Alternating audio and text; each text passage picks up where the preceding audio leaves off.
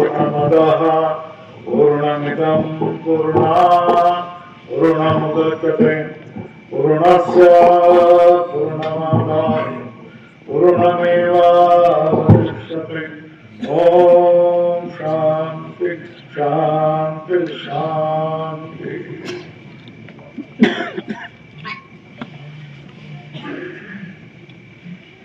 पंढरपूरच्या विठोबाला नमस्कार करतोय. या गावाचे ग्रामदैवत देवी असेल, कोणी विठोबा असतील, हनुमंत महाराज असतील, त्या सगळ्यांना ग्रामदेवतांना मी नमस्कार करतोय.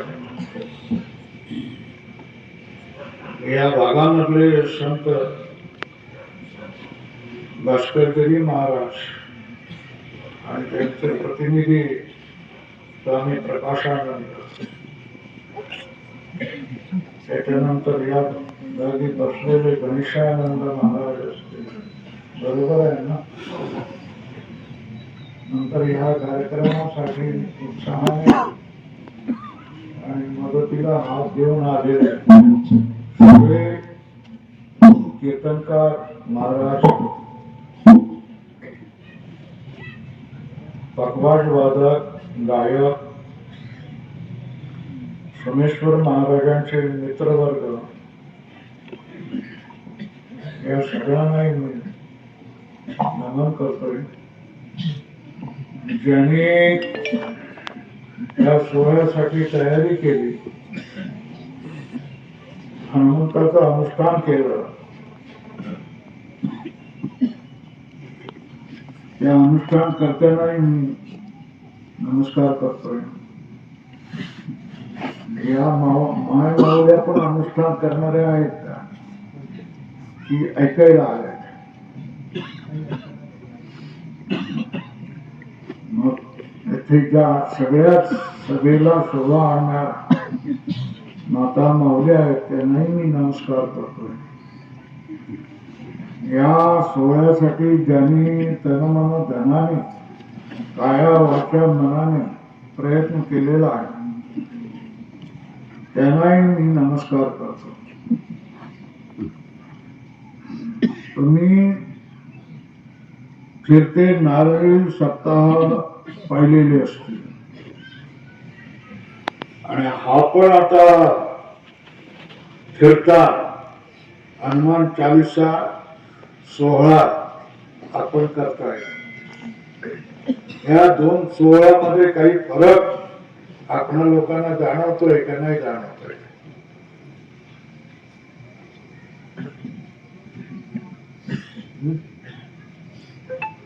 गावोगावला मोठ्या मोठ्या आश्रमांचे, मठांचे नारळी सप्ताह असतात, बरोबर आहे.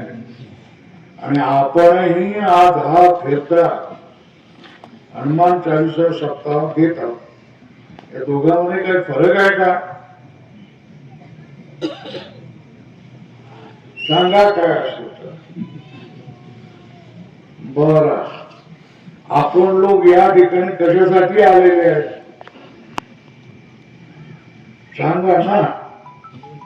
कोणीतरी एकाने सांगा, इथे कशासाठी आलेले आहेत?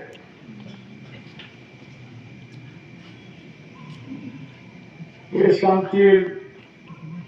फिरता हनुमान चालीसा गेल्या कित्येक वर्षापासून होतोय, दर वर्षाला वेगवेगळ्या गावामध्ये, बरोबर ना, होत. जे श्रद्धावंत मंडळी हनुमान चालीसामध्ये भाग घेतात किंवा मदत करतात, अशा श्रद्धावंत अनुष्ठान करत्याचा हा मेळावा, बरोबर आहे. मग तुम्हाला आश्चर्य वाटेल की इथे कीर्तन का नाही, कीर्तनाशिवाय मजा येणार नाही. नंतर तुम्ही हसवणार का नाही हसवणार? करून हसवणार का नाही हसवणार? हो, नाही हसवणार. ओ, कीर्तन प्रवचन ही काय हसवण्याची गोष्ट असते का? ही हसवण्याची गोष्ट असते का? कीर्तन कीर्तनच असलं पाहिजे ना, प्रवचन प्रवचनच असलं पाहिजे ना. त्याची कॉमेडी करता येईल का? हास्य कथा करता येईल का? तुम्ही सांगा ना. नाही करता येत. मग मी तुम्हाला हसवावं अशी तुमची अपेक्षा आहे का? इंदुरीकर महाराजांसारखं तुम्हाला हसवावं असं वाटतं का? ही अशी अशी करणारी शिवलीला ताई आहे, तिच्यासारखं मी हसवावं असं तुम्हाला वाटतं का? नाही, माझ्यामध्ये तर सामर्थ्य नाही, तसे शक्य नाही. मग तुम्ही इथे कशासाठी आलेले आहेत? तुम्ही याच्यासाठी आलेले आहेत की आम्ही, आमची मुलं, आमच्या मुलींनी हनुमान चालीसा गेली कित्येक वर्षापासून प्रयत्न करतायत आणि त्यांनी पाठ केलेलं आणि म्हणतात आणि तो रोज अनुष्ठान करतायत. आणि अशा हनुमान चालीसांचं अनुष्ठान करणाऱ्या मुलं, मुली, मोठी माणसं या सगळ्यांचं हे संमेलन आहे. बरोबर आहे का?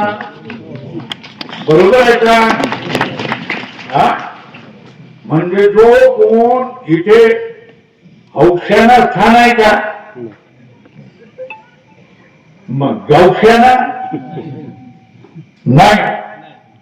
हौशे, नवशे आणि गौशे, बरोबर आहे. या तीनापैकी कोणालाही इथे स्थान आहे. मग कोणाला स्थान आहे? ज्याने देवाच्या नावाचा गजर केलेला आहे, हनुमंताच्या नावाचा गजर केलेला आहे, गेली कित्येक वर्ष हनुमान चालीसा म्हटलेला आहे, अशा श्रद्धावंत भाविकांचा, अनुष्ठान करणाऱ्यांचा हा मेळावा आहे. अजूनपर्यंत आपण इथे आलेलो आहे. याच्या पुढे आपण काय करायचं, कसं करायचं याचं चिंतन झालं पाहिजे असं माझं म्हणणं आहे. देवाला आपण प्राप्त कसे होऊ, देव आपल्या जीवनामध्ये कसा उतरेल, देवाला आपण कसं प्राप्त करू, आपलं जीवन भक्तिपूर्ण कसं होऊन जाईल, आपल्या जीवनात सुख, समाधान, शांती, प्रेम, दया, क्षमा, समाधान, भक्ती, प्रेम आणि ज्ञान या गोष्टी आपल्या घरामध्ये कशा येतील याचा विचार आपण केला पाहिजे. बरोबर आहे. आता बघा, तुम्ही कीर्तन सप्ताह होतो की नाही? होतो ना. कीर्तन सप्ताह होतो की नाही? या कीर्तन सप्ताहामध्ये मोठे मोठे नामवंत कीर्तनकार येतात की नाही येतात? येतात. मग यांची कीर्तन तुम्ही ऐकता की नाही ऐकता? मग कशी ऐकता? नळी फुंकली सोनाराने, इकडून तिकडे गेले वारे. बरोबर आहे. असंच करता ना, असंच होत ना, असंच होत ना. सप्ताहामध्ये काय होतो, गावकरी लोक पटी उचलतात, त्याच्यापैकी कीर्तनकार म्हणतो माझा वाटा द्या, मग कोण पखवाजा म्हणतो माझा वाटा द्या, मग गायक म्हणतो माझा वाटा द्या, मग टाळकरी म्हणतो माझा पण वाटा द्या. मग जो पारायण करणारा माणूस असतो ना, व्यासपीठ चालवणारा, तो म्हणतो माझा पण वाटा द्या. मग गाथा पारायण करणारा माणूस तो पण म्हणतो काय माझाही वाटा द्या. मग तो आचारी लावलेला असतो, तो म्हणतोय माझाही वाटा द्या. मग तो साऊंडवाला म्हणतो माझाही वाटा द्या. आणि मग तो मंडपवाला कोण म्हणतो माझाही वाटा द्या. म्हणजे गावाने थोडं थोडं करून दिलं आणि सगळ्यांनी काय केलं वाटून घेतलं. आपण कोण कुठे राहिलो, आपण तिथल्या तिथेच राहिलो. कुठे राहिलो आपण, कुठे राहिलो, कोरडेच राहिलो. किती वर्षापासून सत्ता होतोय, 40 वर्षापासून. मग काय फरक झाला माहित नाही, जसंच्या तसं का. मग एक कर्मकांडच आहे ना सत्ता. सत्ता हा काय होतो, कर्मकांडच होतो ना. मी तुम्हाला विचारतो सगळ्या महाराजांना की सप्ताहामध्ये तुम्ही गेलात तर किती लोक माळा घालतात. तुम्ही असं कधी सांगितलं का सप्ताहामध्ये कीर्तनामध्ये की बाबांनो माळा घाला, आज मी कीर्तनात आलेलो आहे तर निदान 10 लोकांनी तरी माळा घालून घ्या आणि मी भगवंताच्या मार्गाने चालणार. मी आजपासून मांस मटण खाणार नाही, दारू पिणार नाही, रामकृष्ण हा जप, रामकृष्ण हरी हा मी जप करीन. वर्षातून एकदा विठोबाच्या दर्शनाला जाईन, जमेल त्यावेळेला आळंदीला जाईन. असं कोणी म्हणून घेत, असं कोणी बोलून घेत का? घेत नाही. बरोबर आहे. बर कोणी कीर्तनकार आणि बाकीचे लोक म्हणतील की दिंडीमध्ये चला, 20 दिवस दिंडीमध्ये चला. असं कीर्तनाच्या वेळेला कोणी सांगतो का तुम्ही दिंडीमध्ये जा, पंढरपूरच्या दर्शनाला जा? सांगितलं पाहिजे, माणसाकडून वदवून घेतलं पाहिजे. हा मी जाईन, मी जायला तयार. आम्ही ही 10 माणसं आहोत, हे 10 माणसं दर वर्षाला विठोबाच्या दर्शनाला जायला तयार आहोत. मग त्याच्यासाठी शुद्ध चित्त आम्ही बनवायला तयार आहोत. या सगळ्या गोष्टीपासून आम्ही दूर राहू. कोणी असं कीर्तनकार सांगून देतो का की बाबांनो व्रत करा की बाकी सगळं करू शेतामध्ये, पण कोणत्या पाळणार नाही. ही व्रत करून कोणाकडून तरी करून घ्याल का तुम्ही? नाही घेत. बरोबर आहे. बर दुकान असलं अंडी तरी विकणार नाही, असं घेतात का? बरोबर नाही. कोण बोलायला तयार नाही, कोणी सांगायला तयार नाही.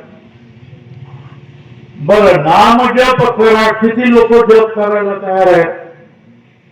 यादी करून मला द्या असं महाराज मंडळी तुम्ही सांगता का? नाही. म्हाताऱ्या मंडळी आहेत, आता त्यांना काम धंदा राहिलेला नाही, सून वैतागलेली आहे. मग बाई तू रामकृष्ण हरी जप करणे, 1 कोटी रामकृष्ण हरीचा मी जप करते असं व्रत आहे. किती जण घ्यायला तयार आहे? हात वर करून सांगा मी घेऊन जायला तयार आहे. कीर्तनकार सांगेल का? नाही सांगत. मग काय झालं? मग एवढा मोठा सप्ताह 40 वर्षापासून करून गावाने जे जमवलं ते या 10 जणांनी काय करतो लुटून घेऊन गेलं. कीर्तन करायला किती पैसे द्यावे लागतात? 10, 20, 25, 20,000, 50,000 किती द्यावे लागतात? बाई काम करते 8 तास, तिला किती रुपये द्यावे लागतात? 200 नाही तर 300 रुपये म्हणतात. 1 तास कीर्तन करून तुम्ही काय करताय? 20,000, 10,000, कोणाचा 35,000 रेट आहे. आम्हाला वीक आलेला आहे. अशाने संप्रदाय चालू शकणार नाही. कथेकरी मंडळी 25,000, 30,000, 40,000, 50, 1 लाख, 2 लाख, 4 लाख धंदे होऊन जातात. यांचे सगळ्या लोकांचे काय होऊन जातात? धंदे होऊन जातात आणि श्रद्धावंत माणूस कोरड्याचा कोरडा राहून जातो, त्याच्या पदरी काहीच मिळत नाही. महाराज आमचे सोमेश्वर महाराज कथा करत होते की नाही? होते. रामकथा करत होते की नाही? मी त्यांना सांगितलं की बाबा रे, रामकथा आणि बाकीच्या कथांनी काहीही उपयोग होत नाही. आमच्या मध्ये म्हण आहे, तमाशाने महाराष्ट्र बिघडला नाही आणि कीर्तनाने महाराष्ट्र सुधारला नाही. काय काय आवाज होते?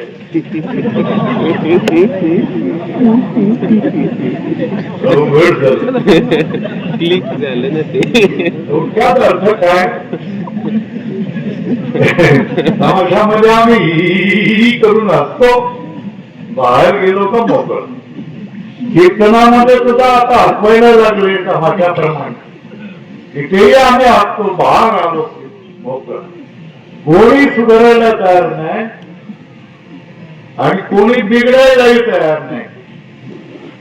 बिघडणारा बाहेर माणूस बाहेरच वेगळाच राहतो, सुधारणारा माणूस बिघडत जातो. मी सोमेश्वर महाराजाला सांगितलं की बाबा रे, या कथा पिता 100 कीर्तन तुम्ही करण्यापेक्षा, 100 व्याख्यान तुम्ही करण्यापेक्षा तुम्ही एक कृती करणं महत्वाचे आणि ती कामाची आहे.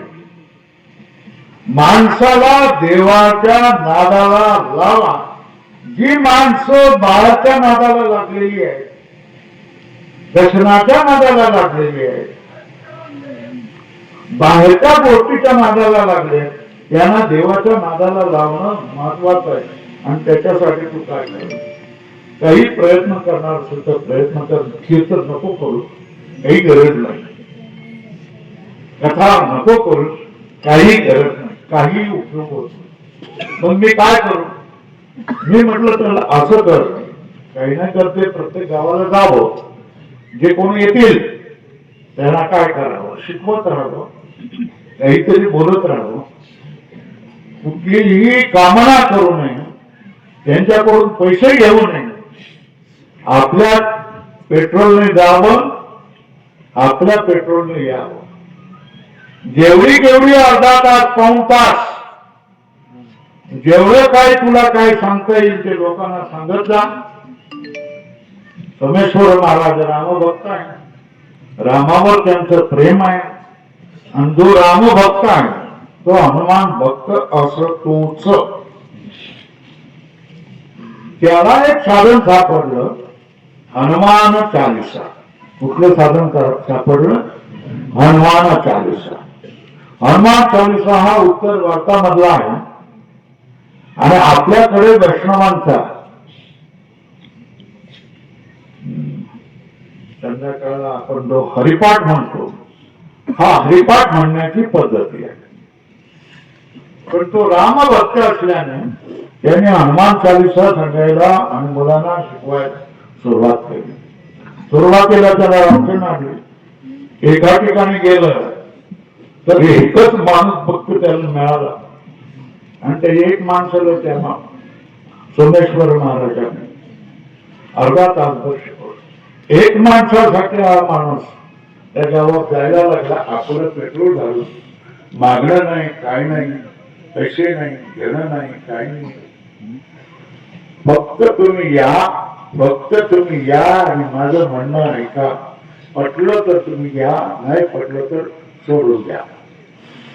अशा तऱ्हेने करत गेले कित्येक वर्ष, किती तरी वर्ष, 5-6 वर्ष तो प्रयत्न करतोय. लोक येऊ न येऊ, कंटाळा करून दे, जमलेले असू दे, लहान मुलं आली तर लहान मुलांना शिकवायचं, मोठे आले तर मोठ्यांना शिकवायचं. पैसे घ्यायचे नाही, पैशाची अपेक्षा करायची नाही. आणि हे किती मोठं व्रत आहे बघा. पैसे घ्यायचे नाही, पैसे मागायचे नाही, पेट्रोल आपल्या खर्चाने करायचं आणि देवळामध्ये बसायचं, लोकांना शिकवायचं आणि परत चुपचाप यायचं. हे मी असेच शब्द त्यांना बोललो, त्याने ते मानलं आणि त्याचा आता हा प्रत्यय घेतो.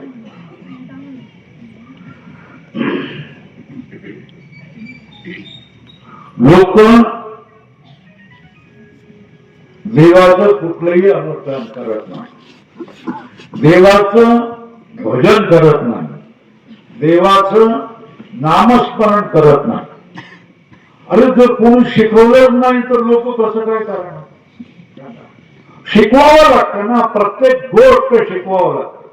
बालकाला जेवावं कसं हे शिकवावं लागतं, बालकाला चालावं कसं, बोलावं कसं हे शिकवावं लागतं. आई आपली गुरु असते. तशाच तऱ्हेने भगवंताचं नामस्मरण कसं करावं हे शिकवणारी देखील आपली आईच असते. ती खरी आई नाही, संत संत माऊली. ते हे संत लोक आपणाला देवाला प्राप्त कसं करायचं, देवाच्या जवळ कसं काय जायचं हे आपल्याला शिकवत असतात, समजावून सांगत असतात. तुम्ही इतके दिवस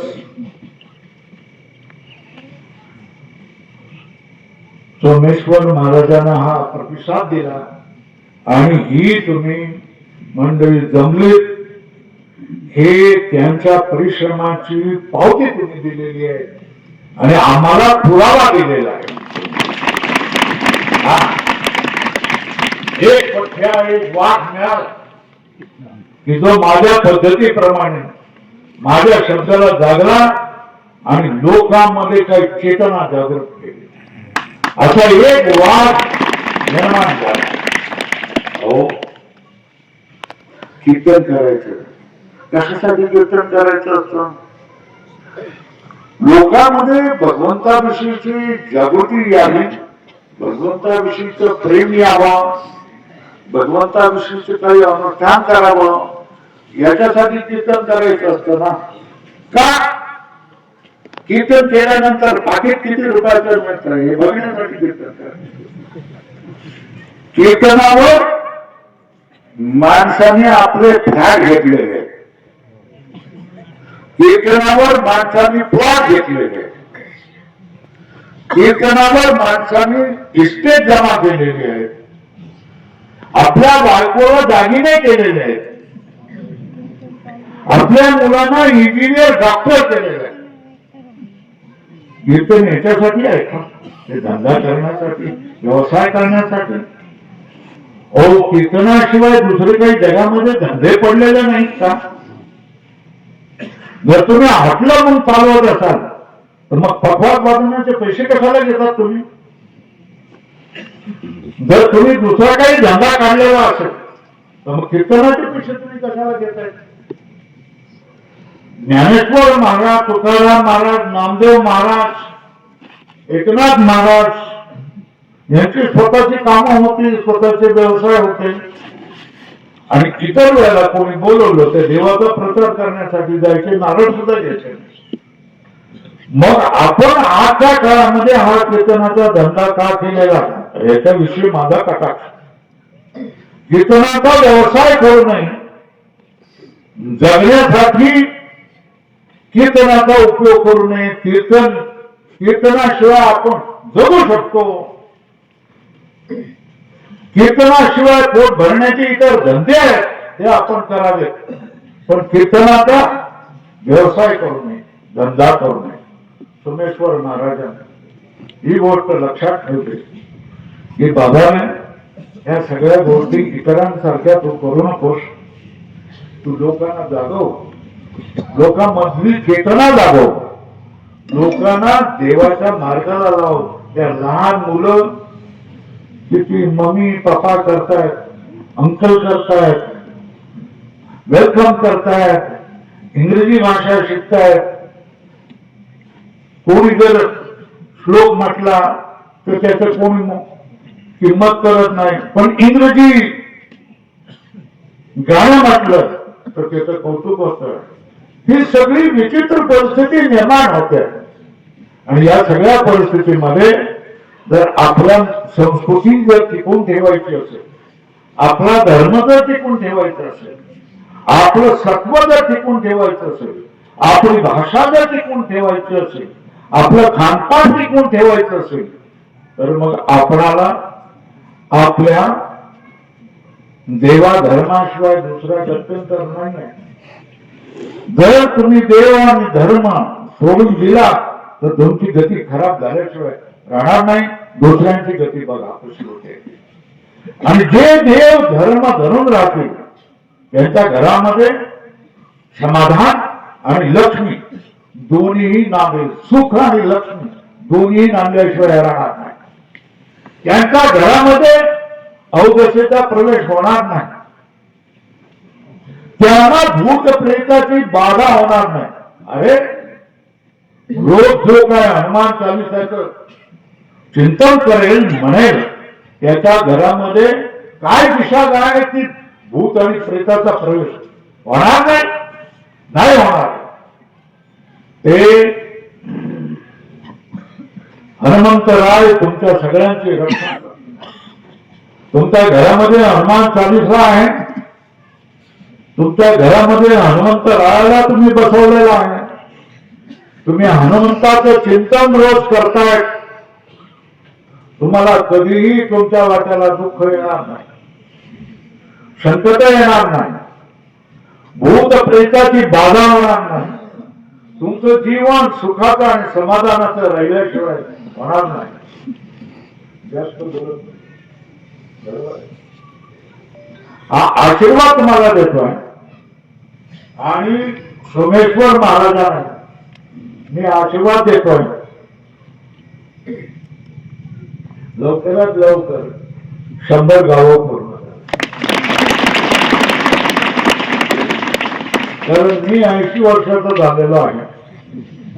आणि याच्या पुढे कधी अटॅक येईल, कधी काय काय हे काय सांगता येत नाही. 100 गावं तुम्ही पूर्ण केलेलं आहे. आणि ह्याच्यापेक्षा दुप्पट तिप्पट राम आणि हनुमान भक्ताचा समाज सळसळता जागता असा समाजाचं दर्शन मला घ्यायचंय. मग मी सुखाने म्हणतो तेव्हा लवकरात लवकर आटापिटा करा आणि 100 गावं पूर्ण करा. तो सोहळा, तो 10ला 16 अनुपम्य असं म्हणतात. त्याप्रमाणे तो अनुपम्य साधा सुद्धा सोहळा असला तरी सळसळत्या जिथ्या जागत्या देव भक्तांचा तो सगळा उत्साह आणि अनुभव मला आनंद दिल्याशिवाय राहणार नाही, मला सुख दिल्याशिवाय राहणार नाही. म्हणून तुम्ही लवकर प्रयत्न करा आणि 100 गावं लवकरात लवकर पूर्ण करा असं मी आपणालाही विनंती करतोय. सोमेश्वर महाराजांना तुम्ही साथ द्या. घेतलेलं व्रत टाकू नका, घेतलेलं व्रत सोडू नका, मांसाहार करू नका, व्यसनाच्या अधीन होऊ नका. आणि रोज मुलासकट, बायकोसकट सगळेजण 10-15 मिनिटं हनुमान चालीसासाठी तुम्ही देत राहा. बघून म्हणत राहिला तरी हरकत नाही, काही हरकत नाही. आणि मुलांकडून मुलांना शिकवण्याचं काम अविरत चालू करा. तुमच्या मुद्द्यांना, पुतण्यांना, भाच्यांना, सगळ्यांना, बहिणींना हे शिकवत राहा. आणि हा सगळा परिसर राम भक्तमय बनवून टाका. एवढी तुमच्या चरणाजवळ मी विनंती करतोय. ज्याने सगळ्यांनी साथ या कार्यक्रमासाठी दिलेली आहे त्यांची मी पाठ थोपटतोय, त्यांना मी आशीर्वाद देतोय. देवाची कार्य हे एकट्याचं काम नाही आहे. आणि समविचारी मंडळींचा हा मोठा उद्यम आहे. आणि हा उद्यम करा. तुम्हाला पैसे किती मिळतात? ईशावास्य उपनिषद मध्ये सांगितलेलं आहे, तेन त्यक्तेन भोजी था. मा गृह कस्यस्मित धन, हा आमच्यासाठी धर्म प्रचारकासाठी आम्हाला आदेश आहे. काय आदेश आहे? तुम्ही त्याग करून स्वतःचं रक्षण करा. त्याग करून स्वतःचं रक्षण, संग्रह करून तुमचं स्वतःचं रक्षण होऊ शकत नाही. तुम्ही धनाने अमृतत्व प्राप्त करू शकत नाही. अमृतत्व तुम्हाला त्यागेनं अमृतत्व आणशून्य. त्याग करूनच त्याने अमृतत्वाला प्राप्त केलेला आहे, म्हणजे देवपणाला प्राप्त केलेला आहे. मृत्यू त्याच्यापासून दूर झालेला आहे त्यागात. तेव्हा त्याग जग सगळी संग्रह करत असेल, धनाचा लोभ करत असेल, बायका पोरांचा लोभ करत असेल, तुम्ही जी माणसं आहे, दृढ माणसं आहे, या माणसाने विषय तो त्यांचा झाला नारायण. पुढे काय? नारायण जन धन तन माता पिता, याच्यामध्ये धन पण आलेलं आहे. नारायण राम तुमच्या जीवनाचं उद्दिष्ट झाल्यानंतर धनाची तुम्ही पर्वा करू नका. किती आली, किती घेतली आणि किती मोटार मिळाली की नाही, बंगला मिळाला की नाही, फ्लॅट मिळाला की नाही, ह्याची काही तुम्ही जरूर करा. मान सन्मान आहे की नाही, मिळणार की नाही, देतात की नाही, याचा तुम्ही विचार करू नका. कोणाला मान द्यायचा आणि कोणाला फक्त तोंड भरून बोलायचं आणि बोलवण करायची, ही माणसं समजत नाहीत का? हो, हे माणसांना समजतं का नाही समजत? कोणाला मान द्यायचा, कोणाचा सत्कार करायचा आणि कोणाला तोंड भरून बोलून घालवायचं, ही माणसं समजदार आहे. तुम्हाला जो मान मिळतोय तो तुम्ही त्यागाने राहताय. तुम्हाला जो मान मिळतोय तो तुम्हाला कशाचीच अपेक्षा नाही. तुम्हाला जो मान मिळतोय कारण तुम्ही निष्ठावंत, प्रामाणिक, राम भक्त, हनुमान भक्त, देव भक्त आहात, म्हणून तुम्हाला मान मिळतो. आणि हा जो जनता जनार्दन आहे, या जनता जनार्दनामध्ये संपूर्ण एवढं मोठं सामर्थ्य आहे की तुमचे सगळे इच्छा पुरा करण्याचे ते त्यांच्यामध्ये सामर्थ्य आहे.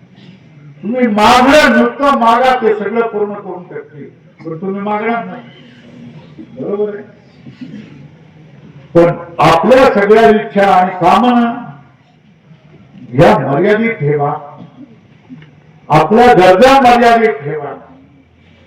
त्याग, तपस्या, वैराग्य, भक्ती, प्रेम आणि ज्ञान या 6 गोष्टींमध्ये तुम्ही ताडामाडा इतके उंच, एवढे जर तुम्ही उंच बनला तर जगातली कुठलीही शक्ती तुम्हाला दुःख देऊ शकत नाही. देऊ शकत. आमचा अनुभव कोण देऊ शकत. लोकांना द्यायचं तर सुखाचीच देवाणघेवाण करा. सुखच द्यायचं आणि सुखच घ्यायचं. सांसारिक सुख नव्हे बरं का. आनंद द्यायचा तो भगवत नामाचा आनंद द्यायचा. भगवत नाम हे ओझं वाटता कामा नये, तर विश्रांतीचं स्थान वाटलं पाहिजे. सगळा श्रम आपला मिळून गेला पाहिजे. भगवंताच्या नामाने आपला सगळा श्रम संपला गेला पाहिजे. लोक हो, तुम्ही अशी एक वेळ ठरवा, संध्याकाळला ठेवा, सकाळी ठेवा, जे सोमेश्वर महाराजांनी शिकवलेलं आहे त्याचा तुम्ही चिंतन करण्यासाठी रोज अर्धा तास, पाऊण तास वेळ ठेवा.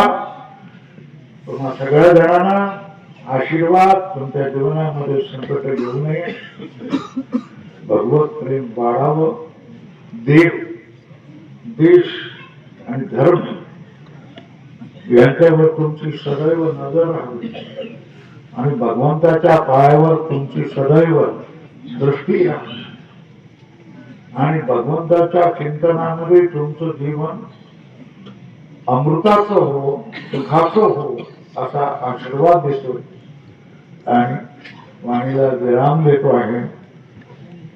बोल हनुमान महाराज की जय, प्रभु रामचंद्र जी की जय, सियावर रामचंद्र की जय, धर्म की जय, अधर्म की बस.